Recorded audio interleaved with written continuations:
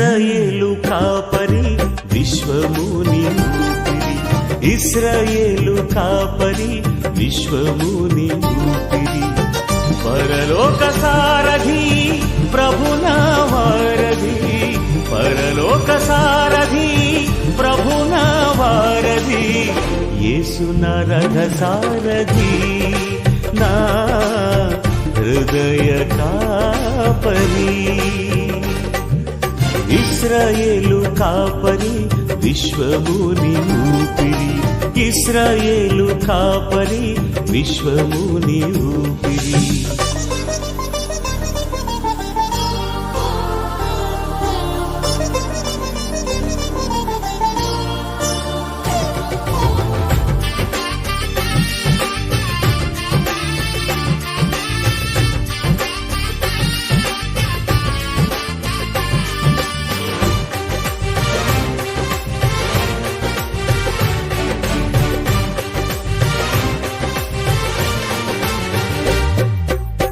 బబులోను బానిస బంధాలు తెంచి బాధలు లేని బ్రతుకునియా,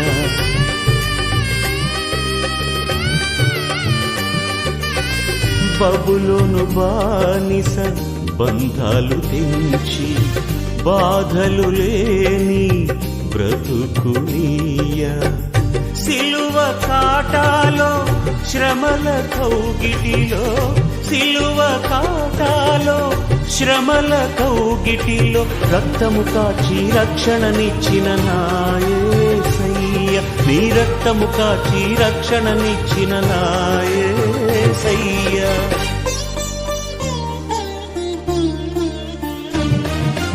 ఇశ్రాయేలు కాపరి విశ్వముని ఊపిరి, ఇశ్రాయేలు కాపరి విశ్వ.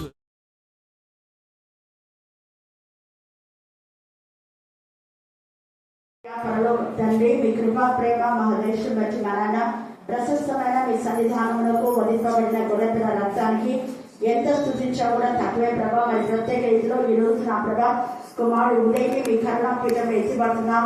అనేక మంది చిన్న బిడ్డలు మీరు లేవనెత్తున్నారు. వారు ఎంత ఆశతో ఆసక్తితో లేఖన భాగాలు నేర్చుకొని మీరు గణపరుస్తున్న విధానం బట్టి ఎంత స్తుతించడం కూడా తక్కువే. దేవా, ఉదయం వాళ్ళ తల్లిదండ్రులను దీవించండి. వాళ్ళ అక్క కూడా నా ప్రభా డిఎస్సి నర్సింగ్ చేస్తుండగా డిఎస్సి నర్సింగ్ చేసే ప్రతి బిడ్డకు మీ జ్ఞానాన్ని వివేకాన్ని మీరు దయచేయమని ప్రార్థిస్తున్నాం. దేవా, వారి రాకపోకల్లో మీ సన్నిధి కానీ తోడుగా ఉంచమని ప్రార్థిస్తున్నాం. దేవా, స్టడీస్ లో నైట్ మెడికల్స్ చేస్తున్నారు. జ్ఞానాత్మక మీరు నింపండి ప్రభా. సహోదరు ఉదయం కూడా మీ జ్ఞానాత్మక మీరు నింపే కుమారుడి నా ప్రభా జ్ఞానం ఎందుకు వయసు ఎందుకు దేవుని ఎందుకు మనిషి ఎందుకు పెంపాలన్నా మీ కృపాసనం దయచేయమని ప్రార్థిస్తున్నాం. ఆ కుమారుడు ఎదుగుతున్న కొలది మీకు ఇష్టమైన పాత్రగా దేవా పరిశుద్ధత నుండి అతి పరిశుద్ధుడికి రావడానికి మీ కృపాసనం దయచేయండి తండ్రి. దేవా, సంఘంలో ఉన్న ఎవరి బిడ్డలందరూ కూడా మీ జ్ఞానాత్మక నింపి యవనేచ్ఛ నుంచి పారిపోయి నా ప్రభా రోషంగా దేవుడి బిడ్డగా క్రీస్తు సాక్షులుగా క్రీస్తు ఖైదీలుగా క్రీస్తు యొక్క సేవకులుగా సైనికులుగా దేవా నిన్ను మహింపరచడానికి నా తండ్రి మీ నామమును గణపరిచే బిడ్డలుగా నా తండ్రి మీకు ఇష్టమైన శిష్యులుగా తయారు చేసుకోమని ప్రార్థిస్తున్నాం. అలాగే నా ప్రభా తబిత భాస్కర్ వారి యొక్క కుటుంబం మాత్రమే మీ కరుణా పీఠంలో ఎత్తిపడుతున్నాం. జ్ఞానవంతురాలు ఇల్లు కట్టడానికి మీరు సెలవిచ్చారు. ఆమె చేసిన కష్టార్జిత మీరు ఆస్వాదించే చక్కని గృహాన్ని మీరు ఇచ్చారు తండ్రి. దేవా తబిత యొక్క నా ప్రభా నా తండ్రి వారి యొక్క తల్లిని మీరు జ్ఞాపకం చేసుకుని స్వార్థ మక్కను బట్టి నా ప్రభా విధురాడి పక్షంగా మీరు వ్యాఖ్యం ఆడే దేవుడే ప్రభా. దేవా ఆమెకి ఇచ్చిన పిల్లలందరూ యెహోవా చేత ఉపదేశం పొందే బిడ్డలుగా దేవని మార్గంలో నడవడానికి మీ కృపా దయచేయమని ప్రార్థిస్తున్నాం. తల్లిదండ్రులు నా ప్రభా ఆమెకి ఇచ్చిన ఇద్దరు కుమారులు జ్ఞానంతో మీరు నింపమని ప్రార్థిస్తున్నాం. రేపు జరగబోయేటటువంటి ఇంటి ప్రతిష్ట దేవా మీరే ముందుగా వెళ్లి ఆ గృహంలోకి మీరు ప్రవేశించి వధింపబడిన గొర్రెపిల్ల రక్తాన్ని ప్రోగించమని ప్రార్థిస్తున్నాం. దేవా ఆ యొక్క ఇంటికి పునాది వేసేటప్పుడు కూడా మీరు ఆమంలో ప్రార్థన చేయించుకున్నా వారిని మీ కరుణాపీఠంలో ఎత్తిపడుతున్నాం. నాయన కనికరించండి, కృప దయచేయండి. వారికి చేతిలో కష్టార్జితం మీరు దీవించేందుకు మీకు స్తోత్రం దేవా.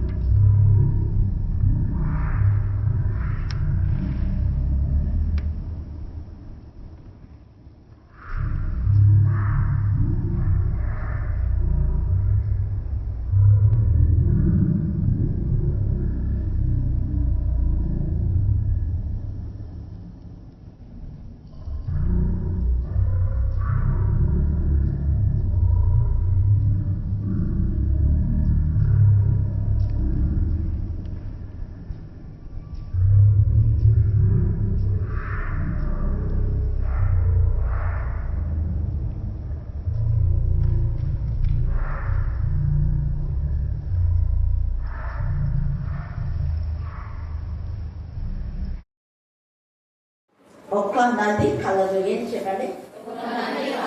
మళ్ళీ చెప్పాలా? అయితే ఒకటే నదేనా ప్రపంచంలో ఉండేది? ఎన్ని నదులు ఉన్నాయి?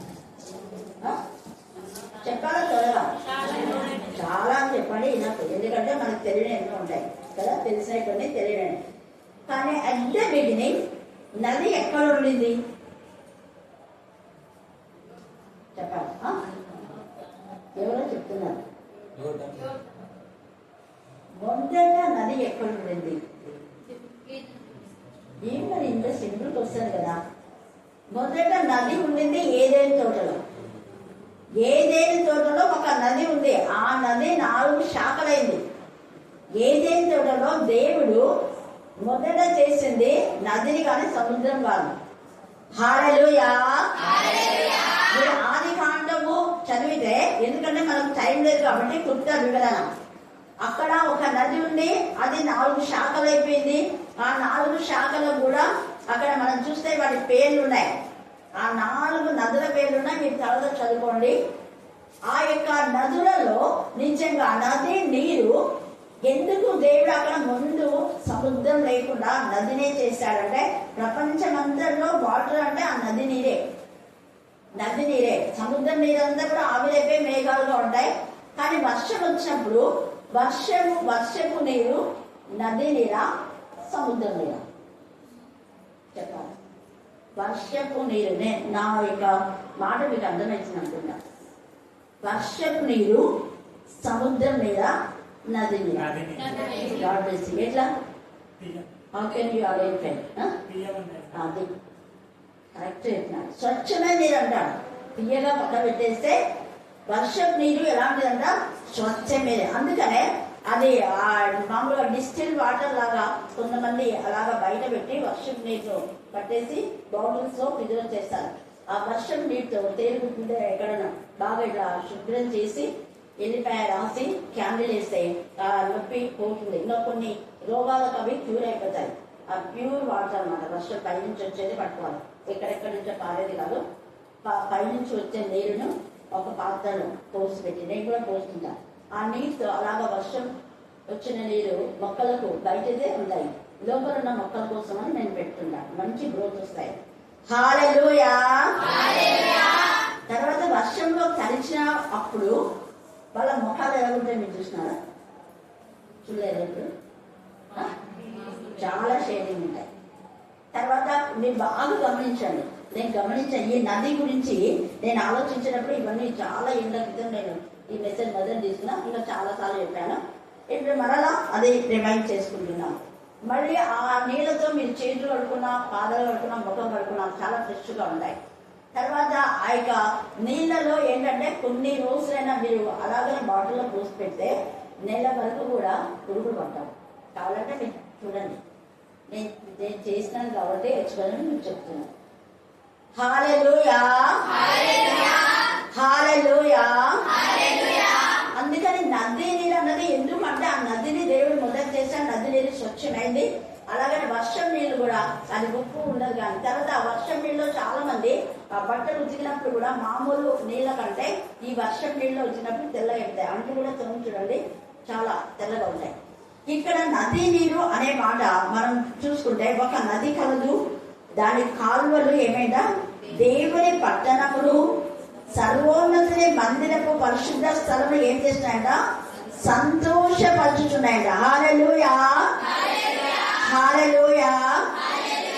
మరి ఈ నది ఇక్కడ చెప్పిన అక్కడ ఏదైతే ఉందో ఒక నది ఉంది. ఆ నది 4 శాఖలు అయిపోయినాయి, స్వచ్ఛమైనది. ఇప్పుడు ప్రపంచంలో ఉండే నదులన్నీ ఆ 4 నదుల్లో ఏదో ఒక నదికి చెంది ఉంటాయి. ఎన్ని పేర్లు పెట్టుకున్నా నదులకు రకరకాల. కృష్ణా నది అంట లేదు, వాళ్ళు పెట్టుకున్నారు అంతే.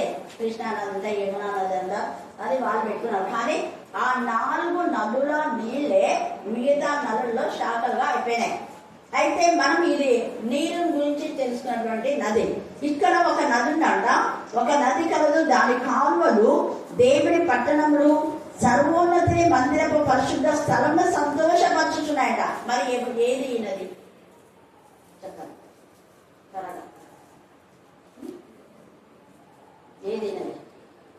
ఏసే రక్తమే. ఆయన రక్తం కావాలి కావాలని ఉందా లేదా? ఉందా? ఉంది కదా. హల్లెలూయా హల్లెలూయా. యేసే రక్తం కంటే పవిత్రమైనది స్వచ్ఛమైనది ఇంకేది లేదు. ఏదేది చోట్ల ఉన్న నది నీరు ఎంత స్వచ్ఛమైందో అంతకంటే స్వచ్ఛమైంది యేసే యొక్క రక్తం. యేసే యొక్క రక్తము అంటే ఇది నిబంధన, ఇది కొత్త నిబంధన అన్నాం కదా. మనం ద్రాక్షారసం అంటే ద్రాక్షారసంలో వాటర్ మనం మిక్స్ చేస్తాము, ఒట్టి ద్రాక్షారసంతోనే తాగుతాము, నీళ్ళే కదా. తర్వాత యేసు ప్రభు వారు కూడా ఈ కుండలో నీళ్లు నింపండి అంటే వాళ్ళు నది నీళ్ళే నింపినారు. ఆ నది నీటికి రంగు రుచి వాసన లేదు, కానీ యేసయ్య యొక్క మాటలో, ఆ మాటలో తర్వాత శిష్యుల యొక్క విశ్వాసం రెండు ఏకీభవించినాయి. యేసయ్య యొక్క మాటను విధేయత చూపించారు, వెంటనే చెట్టుని చేసినారు, హెచ్చరికలు వేయలేదు. విశ్వాసంతో ఆ యొక్క నీటిని మాత్రమే అక్కడ యేసయ్య అన్నాడు, ద్రాక్షరసం తీసుకుపోండి అట్లా. ఏమన్నాడు చెప్పండి?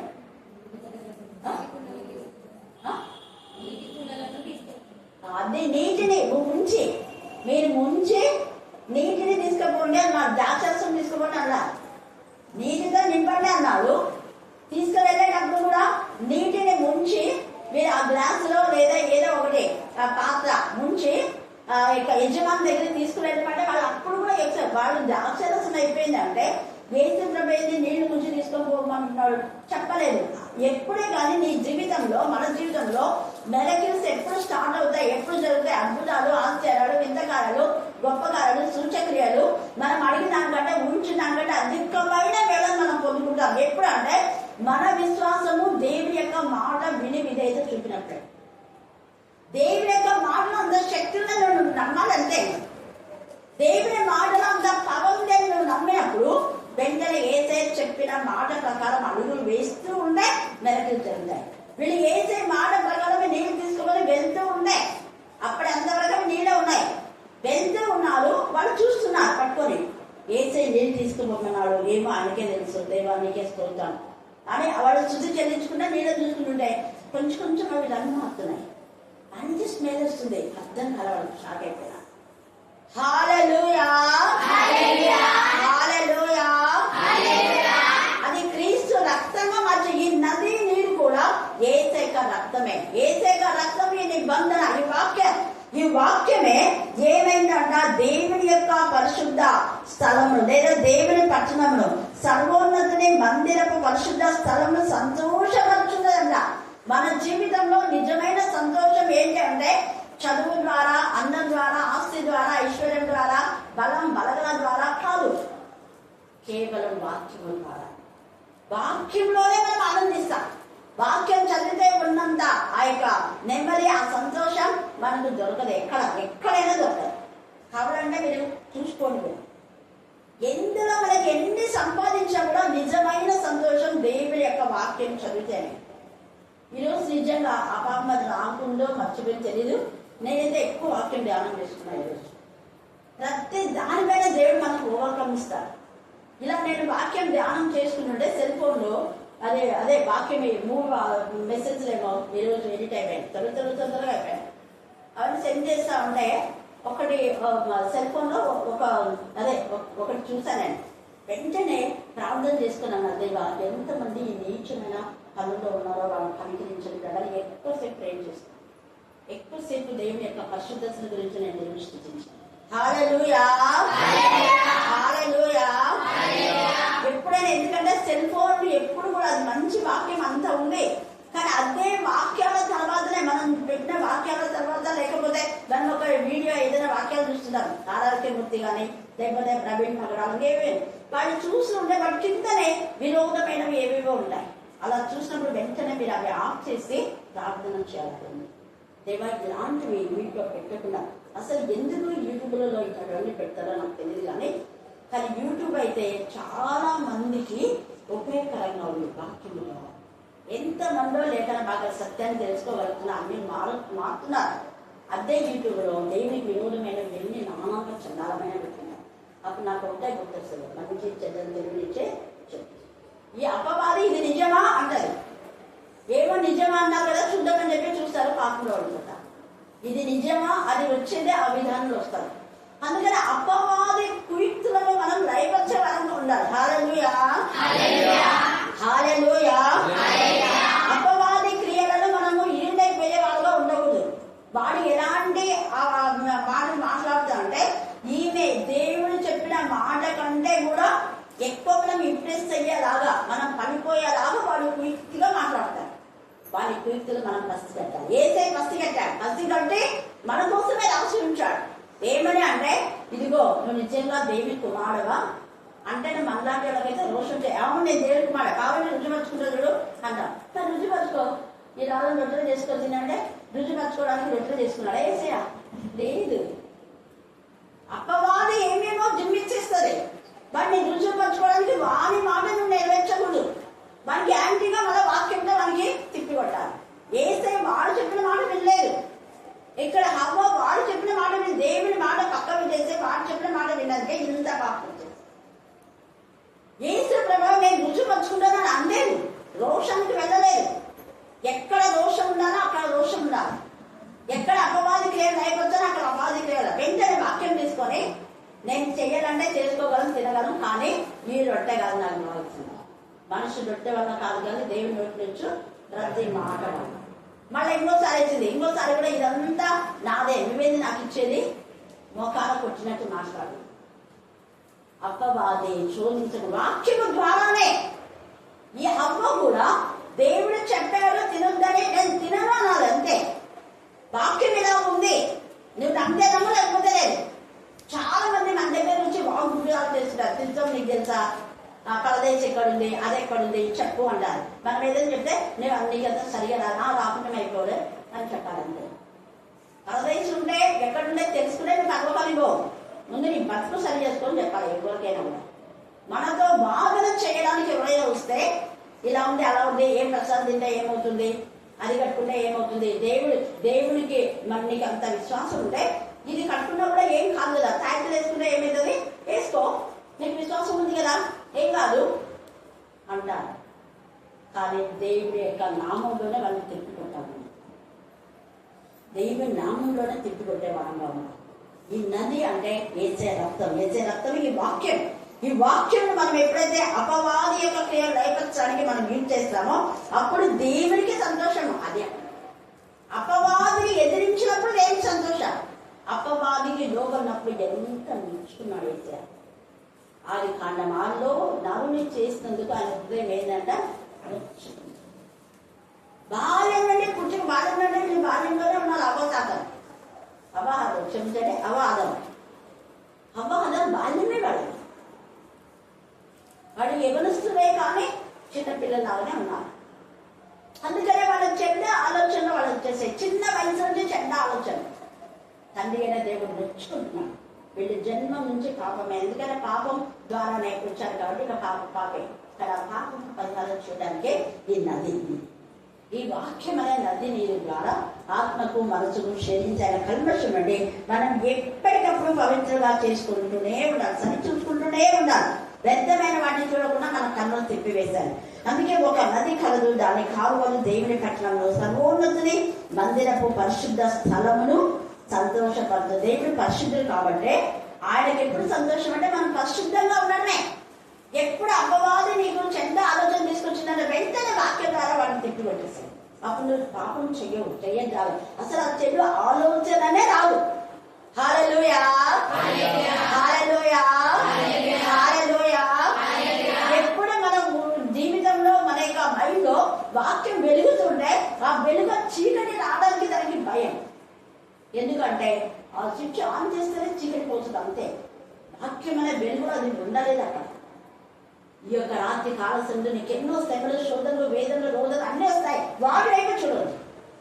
అది సాధారణ వేసినటువంటి ఒక బిస్కెట్ అనుకో, ఒక ఎర. ఆ ఎరను తింటే నువ్వు గాలికి చిక్కుకుపోతావు. ఆ బిస్కెట్ తింటే దాంట్లో పాయిజన్ కలుగుతుంది. దానివల్ల ఇంకా కొంతమంది నీ వాక్యంలో ఇలా ఉంది కదా, మరి ఇలా ఉంది కాబట్టి నువ్వు నీ యొక్క మందు తాగితే చనిపోరన్నారు కదా, మరి తాగు అంటాడు అనుకో. ఇప్పుడు మీకు ప్రశ్న, ఎవరన్నా వచ్చి మందు తీసుకొని వచ్చి ఉందా లేదా మాతృశ్వాత ప్రధానంలో ఉందా, మీరు మరణకరమైనది ఏది తాగినా కూడా మీకేం కాదు గట్టి చెప్పాలా, హాని జరగదు ఉంది కదా, నీకు నిజంగా విశ్వాసం ఉందంటే ఉంది అంటారు. మరి విశ్వాసం ఉంటే దీన్ని తాగు అంటారు. వాడు అంటాడు ఏమంటాడు, నీకు విశ్వాసం ఉందంటే ఉంది అంట కాన్ఫిడెన్స్. ఖచ్చితంగా నేను చచ్చేవరకు ప్రభునే నమ్ముతాను ఉంటాను. మంచిదే. మళ్ళీ అయితే విశ్వాసం ఉంటే మార్కు సువార్త 16లో 17లో ఇలా ఉంది, నేను విషం ఇస్తాను, విషం బాగా తీసుకొస్తాను, తాగుదీనా అంటాడు. అప్పుడు మనం ఏం చేయాలా చెప్పండి, మీరే మీ దగ్గర నుంచి ఆన్సర్. ఏమా కరెక్ట్ చెప్పారు. చల్లేరా? ఎందుకు చల్లేరా? తెలియక తాగినా ఏం కాదు. ఇంకొకటి మందని వాడు చెప్తున్నాడు కదా, అదొకటి. నువ్వు చెప్తే చేయమని చెప్పలేదు నాకు. నాకు ఎవరైనా తెలియకుండా మందు పెడితే అప్పుడు అది నాకు హాని జరగదు. నువ్వు చెప్తున్నావు ఇది మందని, మందని నువ్వే చెప్తున్నావు. కానీ అక్కడ ఎవరైనా నాకు పాయిజన్ ఇంజెక్షన్ ఇచ్చినా కూడా ఏం కాదు. దానికి ఉదాహరణ కాలకాలం నూనెలో యోహాను వేస్తే యోహాను చనిపోయినాడా? చనిపోయాడు. హల్లెలూయా, హల్లెలూయా. చాలా మంది మందు పెట్టినారు ఇట్లా అయిపోయినారు, మందు పెట్టినారు ఇట్లా అయిపోయినారు అంటుంటారు. నేనంటే వాక్యం ఉంది. మన మేరేజ్ అదే బాధపడుతున్నాను ఇక్కడ కాదు, అదే అభిషేకం కూడా తెలుసు కదా, మేరీ సురేష్ పాప వస్తుంది ప్రేర్ చేసి అప్పటికి అదే నువ్వు ఇంత వాక్యం చెప్తావు పాప, నీకు ఎందుకు మళ్ళీ అంత అనుమానం? నీకు లేదక్క చేతిబడి చేసినా, చేతిబడి చేసినా వాళ్ళకే వస్తుంది. చేతిబడి చేస్తే నీ కూతురు నీ కూడలు ఎందుకు అట్టే వెళ్ళిపోతారు? మా అన్న ఏమో పెట్టినాడు, మందు పెట్టినాడక్క, మా అన్న ఇంకొక పిల్ల తమ్ముడు మా అన్న పిల్లలు కూడా పెట్టినాడక్క అంటే అవి ఏం కావాలి, ఎట్లా ఇస్తున్నారు మీరు? మందు పెడితే మందు పెట్టినా మందు తాగితే ఏం కాదండి వాక్యంలో ఉంటే. ఇంకా మందు పెట్టినందుకు ఇట్లా అయినారు, చేతిబడి చేసినందుకు ఇట్లా అయినారు ఎట్లా అనుకుంటాం? ఇంత ఉందా పాప అన్న కూడా అన్నప్పుడు బాగా తిన్నాను. తర్వాత ఇంకోసారి నువ్వు నన్ను తెలియవద్దు, నేను రాను చూడవచ్చు. నాకు తెలియకుండా పేరేసింది రిట్రీట్ అనేది, ఎవరు పోలేదు. నా పేరేసింది అప్పుడు శ్యామల పాస్తమ్మ ఉంది, మరియమ్మ పేరేసింది. మరియమ్మ కూడా పోలేదు. నాకు కాల్ చేసింది, నేను వెళ్ళనమ్మా, తప్పుడు మొదలు చేసే వాళ్ళ దగ్గరికి వెళ్ళను, నేను ముందరనే నాకు తెలియకుండా పేరేసేసి పంపడానికి వెళ్ళేసింది. పోలేదు నేను. ఎందుకు చెప్తున్నా అంటే దైవ బిడ్డలు అయ్యింది ఇవన్నీ. ఒకసారి తాయితు కట్టుకుని తాయితులు అయిపోతున్నాను. మరి మాకు అప్పుడు తెలుసు కదా బిడ్డలు, దాని తెలుసు. ఇట్లాంటివన్నీ అసలు వాక్యంలో దేవుడు ఏం చెప్పాడు అన్నది మాత్రమే మనకు మెయిన్. మిగతా వాళ్ళు ఏదేదో చెప్తే నేను రుజువుపరచుకోవడానికి ఈ మందు తాగవలసిన అవసరం నాకు లేదు. నువ్వు చెప్తే నేను ఎందుకు చేస్తా? వెంటనే యేసు ప్రభు కూడా ఇలాగ చేశాడు. అంటే ఈ యొక్క రాళ్ళను రొట్టె చేసుకొని తినగల శక్తి ఉంది యేసు అయిపోయింది. కానీ అపవాది చెప్పినప్పుడు చేయలేదు కదా, నేను కూడా చేయను అంతే. నాకుంది విశ్వాసం. కానీ నువ్వు మందు తాగమంటే నేను తాగేదేంటి? దేవుడు నన్ను నిర్దోషిగా నిలబెట్టాలొచ్చు. అలాగే ఇంకా ఏమేమో సాధన నీకు ఏమేమో తీసుకొస్తాడు. వాటన్నిటి నుంచి మనం విడుదల పొందాలంటే వాక్యము ద్వారానే తిప్పి కొట్టాలి. ఎందుకంటే నీ దేవుడైన ప్రభు శోధించవలసిన ఉంది కదా, శోధించవలసి ఉంది కాబట్టి ఇది శోధన. ఈ శోధన మనం వీలు కాకూడదు దాంట్లో. తర్వాత అందుకే పరిశుద్ధ స్థలం సంతోషపరుచున్నదంట. మనం చూసినట్లయితే యెహెజ్కేలులో కూడా అక్కడ మనం 47వ అధ్యాయంలో కూడా అదే ఉంది. ఇంతకుముందు ఒకసారి నేను చెప్పాను, మీకు గుర్తుందో లేదో. యెహెజ్కేలు 47వ అధ్యాయంలో కూడా ఒక నది కలదు. ఆ నది ఎక్కడైతే ప్రవహిస్తుందో అక్కడంతా జలచరులన్నీ బ్రతుకుతున్నాయి. ఆ నది ఉన్న చోట ప్రతి చెట్టు జాతి సకల జాతి వృక్షములు అక్కడ పెరుగుతున్నాయంట. ఎంత చక్కగా యెహెజ్కేలు 47 తీసిన వాళ్ళు చదవండి. ఏమా చదవమ్మా, కరెక్ట్. చూడగా మందిరపు ఒక నిమిషం ఇరు పక్కలంట. చూడండి ఎంత చక్కగా చెప్తాడు ఇక్కడ. ఆ యొక్క నదికి ఇరు పక్కలంట. అక్కడ ఎంత చక్కగా మంచి చెట్లు ఉన్నాయంట. ఇంకా 9 వచ్చింది కదమ్మా, వడిగా పాలు ఈ నది వచ్చు చూడనెల్లా జలచరులన్నీ బ్రతుకును. ఈ నీళ్లు అక్కడికి వచ్చిన వలన ఆ నీళ్లు మంచి నీళ్ళగును కనుక చేపల బహు విస్తారములను. ఈ నది ఎక్కడికి పారునో అక్కడ సమస్తమును బ్రతుకులు. ఇది కండక్ట్ చేయండి. వీడైతే ఈ 47వ యెహెజ్కేలు కూడా కండక్ట్ చాలా చాలా విషయాలు ఉన్నాయి. దాంట్లోనే కొన్ని బురద ఊరిలో వెళ్ళినా అవి బాకావు. ఇక్కడ ఈ నది నీరు సముద్రంలో పడితే సముద్రం నీళ్ళ ఏమైపోతుందంట? మంచి నీరు కలిసి. అంటే నీ యొక్క లైఫ్ లో వేరే వాళ్ళని శోధించడానికి శోధించడానికి వచ్చిన వాడిని నువ్వు దేవుని బిడ్డగా మార్చాలని అంటారు. వాడు పడిపోవాలి, నువ్వు చొందలో పడకూడదు. చేతి పనులు చేస్తే వాళ్ళకి పెట్టకపోతే నీకు అది పెట్టుకోవాల్సిందే. తేటని కన్నాడు